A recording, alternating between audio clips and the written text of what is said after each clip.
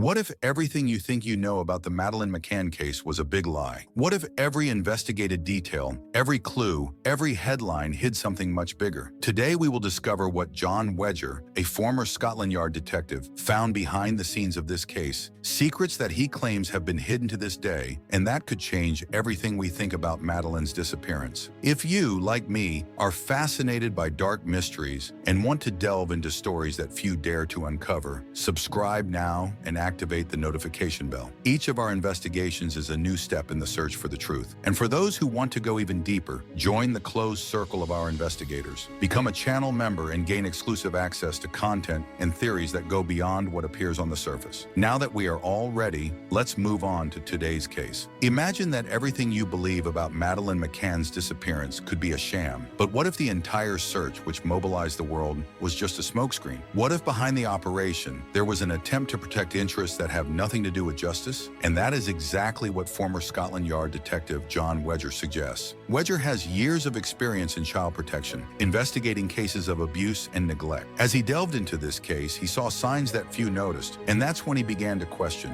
what were they trying to hide? And what he found was a web of lies, manipulation, and secrets kept away. The central issue might not be the kidnapping of a child, but what was done to protect certain interests behind the case. In a recent interview, he made it clear that there are dark points and signs of narrative manipulation that raise serious doubts. According to Wedger, the British involvement in this case never made sense. After all, the disappearance occurred in Portugal. So why such intense interest from the UK authorities? There is something more to this story, something that could shake the foundations of what we know about justice. Why the British involvement in a case that was officially never theirs? Wedger questions, pointing to a possible cover-up of compromising information. He also suggests that important figures were directly involved with the McCanns or with the elite circle in which the couple moved, even mentioning connections with politicians and powerful people in the United Kingdom. One of the most intriguing elements Wedger highlights is the frequent use of spin doctors, people specialized in manipulating the public image of a situation, hired by the family to handle media coverage and shape the narrative according to the couple's interests. Wedger mentions that the McCanns themselves and their friends, from the beginning, maintained a defensive and sometimes suspicious posture. This raises even more questions. Why need so many intermediaries and influential people to support a simple disappearance case? A detail Wedger mentions, which raises suspicion, is Kate McCann's behavior in the early hours of the investigation. According to team sources, her gaze was distant, cold, as if she knew something no one else did. Could this posture be hiding an even darker truth? But the most shocking detail is Wedger's theory that something might have happened to Madeleine before the officially disclosed date. He suggests that the night of May 3rd may not have been the true moment of disappearance, and that possibly what happened occurred earlier, giving the couple time to organize a narrative and manipulate evidence. From these revelations,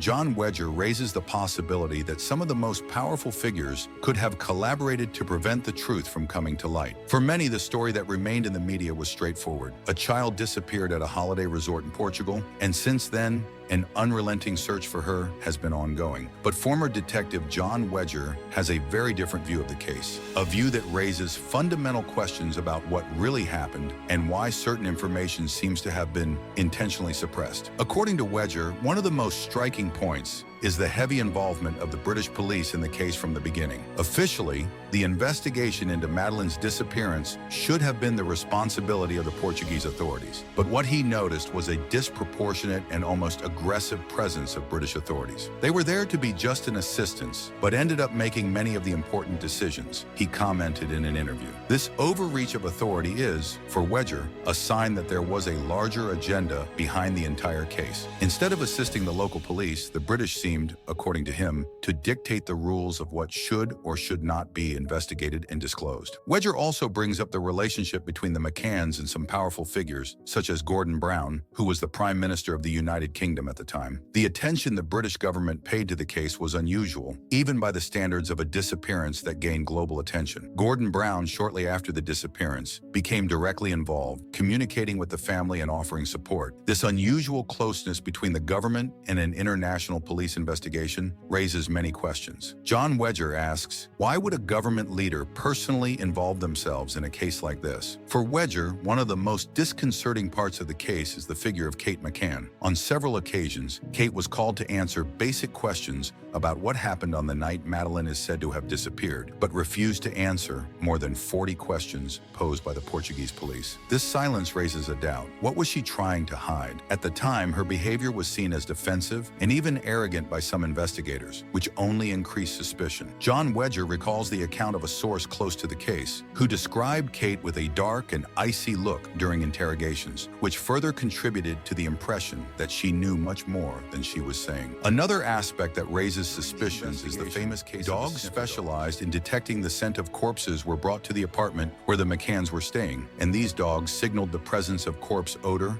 and traces of blood. This alone would be sufficient reason for a more rigorous investigation into what really happened there. Wedger points out that instead of following this path, the McCanns quickly hired communications specialists to divert the public's attention from this specific point, saying that the dogs were not reliable. Why worry so much about discrediting the only concrete evidence presented up to that point? For Jon Wedger, this attempt to divert attention from the facts is a major red flag. There is also the report about the McCanns' possible connections to practices that, according to rumors, involve swingers parties and even influential people from the British government. For Wedger, this hypothesis, which was brought to him by sources claiming to have witnessed suspicious meetings, raises questions about the social environment in which the McCanns were embedded. He mentions that, if this hypothesis holds any truth, it could explain the resistance to deepening the investigation in certain directions and the influence of powerful allies. Another controversial point Wedger discusses is the possible manipulation of the date Madeleine disappeared. According to him, there are suspicions that the disappearance did not occur on the night of May 3rd, as reported, but rather the day before. This would give the McCanns and their closest friends valuable time to organize the narrative and eliminate possible evidence. This lapse in time could justify the behavior of the friends who were with the couple and who participated in the child check system that night, a supposed agreement among them to regularly verify Madeleine and the twins' well-being. If they were covering up an accidental death, as Jon Wedger suggests, this would explain the need for a collective plan. For Jon Wedger, the most suspicious of all is the way several inconsistencies were ignored by the official British investigation. For example, the fact that the McCann couple was allowed to leave Portugal even after becoming official suspects in the case. The logic would suggest that, being the main suspects, they should have been prohibited from leaving the country, especially considering the severity of the case. However, they returned to the United Kingdom without major obstacles. Wedger states that normally, this would be a highly questionable procedure, but in the McCann's case, it was treated almost as something routine. Additionally, the powerful figures involved in supporting the McCanns over the years and the attempts to discredit those who question the official narrative only fuel suspicions that something much bigger is being hidden. After years of investigation and theories about Madeleine McCann's disappearance, former detective Jon Wedger brings to light revelations that challenge what we thought we knew. He begins by sharing a point that, for many, is a real surprise: the assertion that perhaps the official story was never what actually happened. Jon Wedger mentions that one of his sources close to the investigation believes that Madeleine's disappearance date might have been forged. Instead of May 3rd, 2007, the child disappeared a day earlier,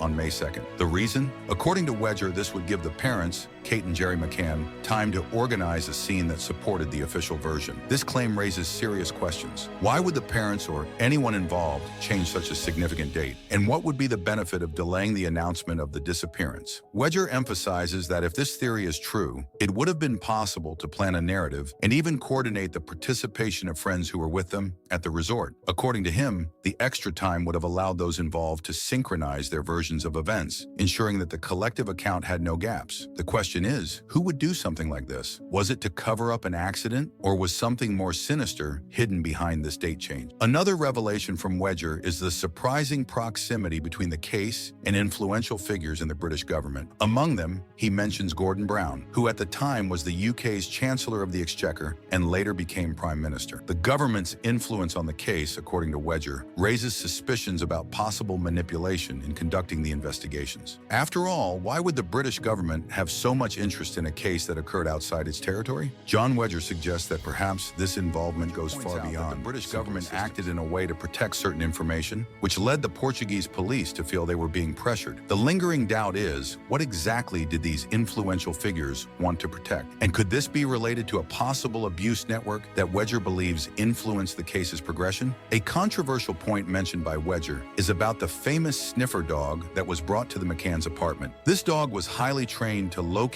odors of corpses and human blood, and reportedly found traces of both in Madeleine's bedroom and the trunk of the car the McCanns rented weeks after the disappearance. For Wedger, the presence of the dog and its findings raise a series of unanswered questions. Despite the evidence raised by the dog, Wedger states that there was a campaign to discredit the findings. According to him, Kate McCann attempted to question the dog's effectiveness publicly, which to many was an attempt to divert attention from this evidence. He explains that the insistence on disqualifying the animal and the reliability of its abilities creates a cloud of doubt over the official version. If the intention was to seek justice for Madeleine, why then discredit an important tool of the investigation? One of the most disturbing parts of Jon Wedger's analysis involves the possibility that Madeleine's disappearance might be linked to a larger abuse network. For Wedger, the fact that Kate and Jerry McCann had contact with influential people, including Clement Freud, a figure surrounded by abuse allegations, is something that cannot be ignored. He raises the possibility that certain behaviors of the parents and the fact that they frequently left Madeleine alone in the room could be signs that something more complex was happening. Wedger suggests that in abuse networks, it is common for influential people to protect each other to avoid scandals that could compromise their careers. He mentions that over the years, he has seen many cases where high society individuals use their positions to hide dubious practices and connections. In Madeleine's case, Wedger questions to what extent this network could have influenced the case, never being truly resolved. Wedger describes what he calls a web of lies that would have been created around Madeleine's disappearance. He states that, according to his sources, several of the information passed to the public aimed to protect certain people and divert attention from specific clues. One example, according to Wedger, is the hypothesis that Kate and Jerry McCann were involved in parties and personal life practices that could tarnish their public image if brought to light. Wedger describes this web of lies as a very well-articulated system in which each piece of the puzzle has a specific purpose: to keep the narrative intact and protect powerful people. He mentions that for years, information that could help the case was hidden, distorted,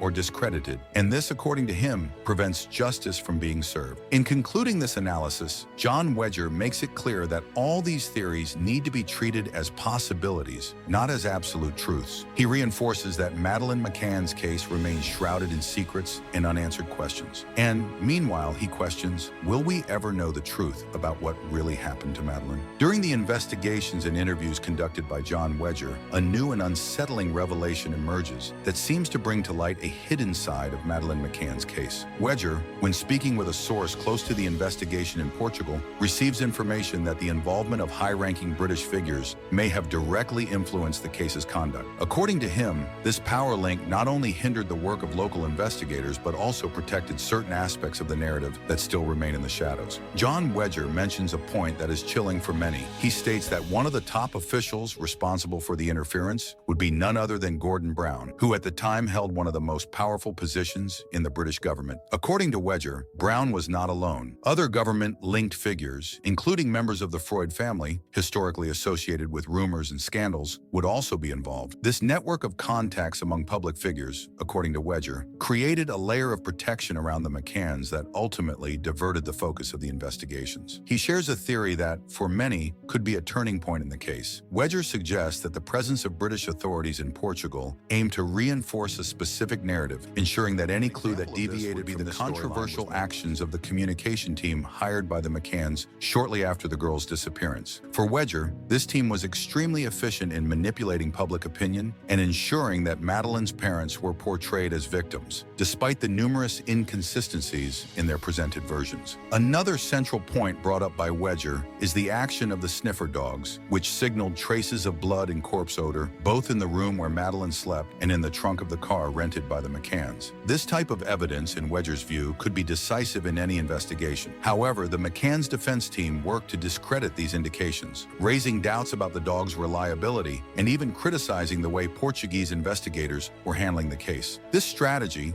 according to Wedger, served as a smokescreen, diverting attention from the concrete evidence that could lead to an answer. Then another intriguing revelation arises. Wedger states that he received information from a former colleague who was involved in the early investigations of the case in Portugal. This person, who worked side by side with him on sensitive child abuse cases, reportedly categorically believed in the parents' guilt, especially the mother, Kate McCann. According to her, Kate's behavior during interviews was extremely strange, and the Portuguese investigators themselves noticed something disturbing. Kate's gaze, which she described as shark eyes, a cold and emotionless look, especially when questioned about the details of the night her daughter disappeared. This detail caught the police's attention so much that they decided to intensify their questioning of Kate, resulting in an unexpected reaction. She refused to answer more than 40 questions during one of the interrogations. This silence for Wedger was a clear sign that something was being hidden. Another key point Wedger brings up is the couple's involvement with controversial figures, such as Clement Freud, known for his scandalous past. According to Wedger, the connections between the McCanns and people like Freud could indicate the existence of a broader network of shady relationships. He suggests that Freud was not the only influential person supporting the McCanns. Several other figures with questionable reputations approached the couple. Wedger questions, why would someone so powerful and at the same time involved in scandals be so close to a couple who had just lost their daughter under tragic circumstances? For him, this proximity indicates that the McCanns were part of a social circle where secrets and dubious practices were common, and that alone would be reason enough to cover up inconvenient facts. As Wedger reveals this information, he notes that the McCanns' attitudes towards their daughter's disappearance also deviated from the expected behavior in similar cases. He cites, for example, the way the McCanns chose to follow an agenda of public appearances and how Kate always seemed impeccably dressed, even while dealing with the supposed grief over their missing daughter. A behavior that, according to Wedger and other professionals who worked with him, is not what is normally observed in cases of grieving or desperate parents. And perhaps the most surprising part of Jon Wedger's statements is the claim that the web of lies created around Madeleine's disappearance may also include a way to cover up abuse and neglect. Wedger comments that he received information indicating that the couple had a habit of leaving Madeleine and her siblings alone while attending dinners and parties with friends at the resort. Madeleine's own behavior, the child being described as overly confident when interacting with adults, raises suspicions for Wedger, who explains that children exposed to an environment of neglect or abuse tend not to develop a healthy sense of boundaries with strangers. In Wedger's opinion, this series of events and the way the case was handled suggests that Madeleine's disappearance is more than a simple kidnapping or family tragedy. He believes that the McCanns were protected by a network of powerful contacts who preferred to suppress any indication that could tarnish their reputations. Mystery hunters. After all these revelations and theories, it becomes clear that the Madeleine McCann case still hides deep